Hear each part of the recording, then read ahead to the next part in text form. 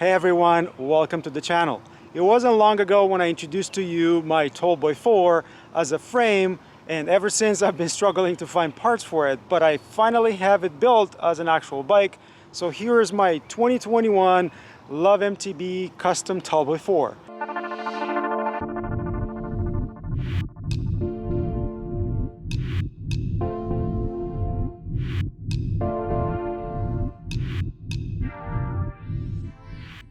And I'm gonna start by saying that this turned out better than I thought. And yes, if you're thinking that the colors are not quite the 2020 colors of this frame, you are correct.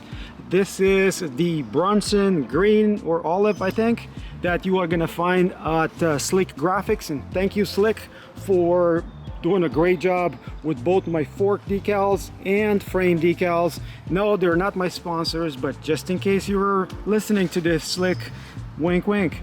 You can see that original neon yellow here behind my decals, and I left them like that because it gives them like a 3D appearance, which I love. So now that we're done with the important part, the colors, what about the build? Well, first of all, I decided to build this bike exactly the way Santa Cruz intended it. That is 120 millimeter rear, and I modified my fork, which is a Pike Ultimate, by the way. I modified this to be a 130, and this way I am having a 65.5 head tube angle and a 76.2 seat tube angle, and this is built around this CC frame, which is the lighter frame that they offer today.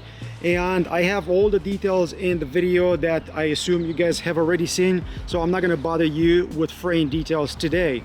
But what I'm going to tell you is that I am using the short setting of the chainstay, so that is set up on the 430 millimeter setting, and I mentioned already the flip chip on my shock is set to the low position. What about the fork? Well, the fork I already mentioned. This is a Pike Ultimate 2020. I modified it with a 2021 Debonair, so I had to open up the fork and change the air spring. So right now it's using the latest and greatest from Rockshox, and as you know, this is giving you both high and low speed compression. And obviously at the bottom here you're gonna have the rebound. This is a premium fork, and believe me, it works like one. I love the new Pikes.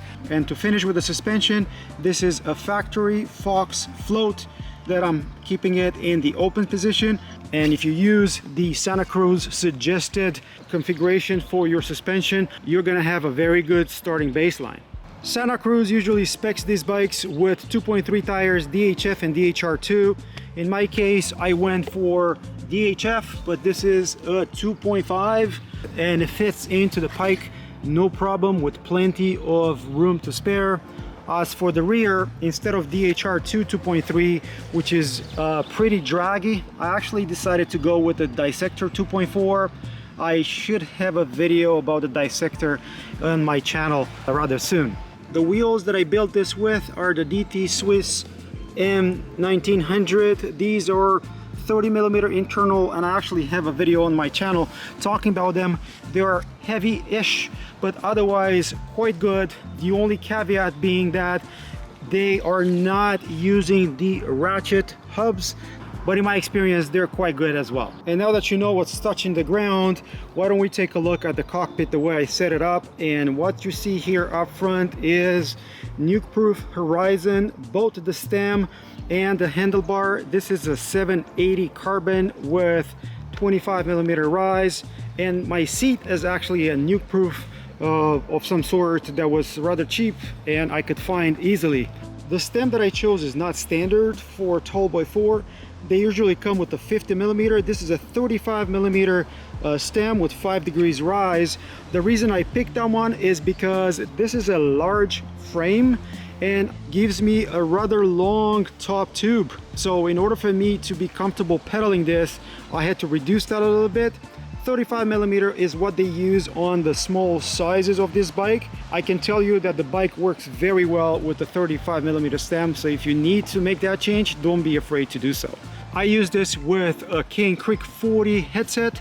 This is usually what I use on all my bikes, and they are a great quality for the price. It is my first time using P&W grips, and I can recommend them as being very comfortable and good.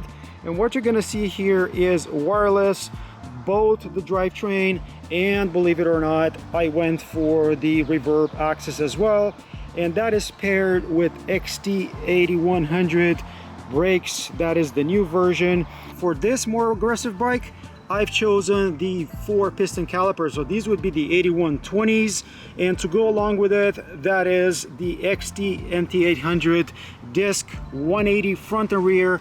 That's only because that's how this bike is spec'd. Otherwise, remove that spacer and you can put a 160 rotor in the back, no problem. Same story up front, 4-piston calipers. I have resin pads in here and the same 180 rotors, and I can tell you with this combination I have dynamite braking power. I didn't run into any situation where I would need more than this. The wireless controls actually simplify the cable routing on this bike quite a bit. You can see I have the plugs here for the tube and tube that will take the derailleur cable all the way back. The dropper cable is internal. Obviously in this case I didn't need one, but what I installed here, it's a 170 Reverb AXS, and I should have a video on my channel soon about this. All I can say is this is a unexpectedly good dropper post, but you have to be mindful of the stack height here, which is quite tall. And that brings me to the drivetrain, and yes, this is the cheaper GX that again you've seen a preview on my channel already, and I did build it as a mixed drivetrain, mixed between SRAM and Shimano. I should have a video soon talking about my experience with this. This bike uses a threaded bottom bracket, the MT800, so that's the XT level bottom bracket.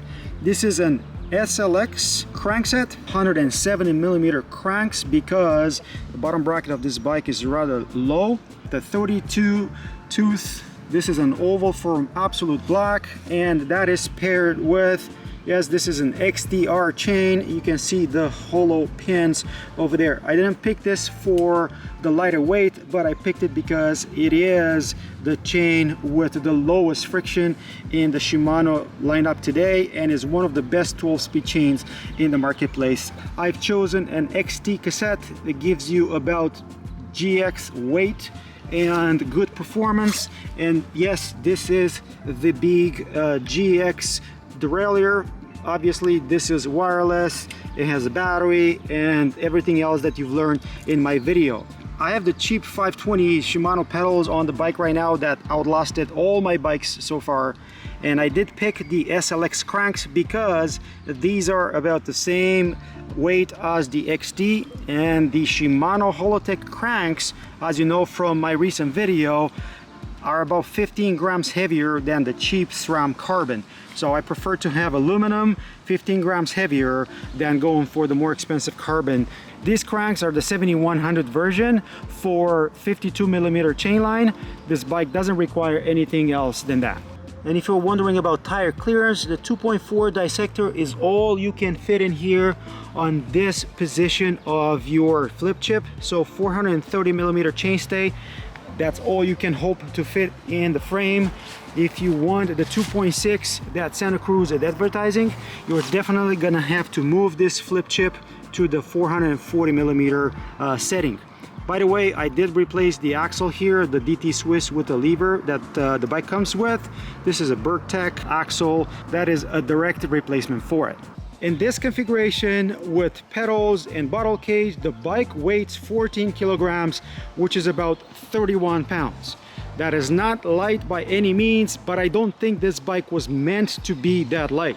It is very stable, and on the gnarlier terrain over here, I've had PRs all over the place, probably because I can plow through obstacles no problem, and because of the heavier bike, you can keep your momentum better. I don't know how summer's been in your neck of the woods, but here around Toronto, it's been raining quite a bit. I've had a few opportunities to ride this bike, and I will leave my detailed opinions for a separate video, but what I can tell you is, one, it's an okay pedaler, 2, downhill is a no-brainer, and 3, cornering with that 65.5 head angle, surprisingly good. So highly recommend trying one if you have the opportunity, or God forbid, buying one if you can find it in 2021. And that's the end of my video, guys. I hope you found this useful. Have any questions, let me know below.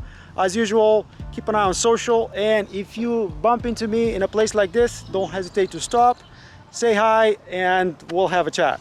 Cheers, guys.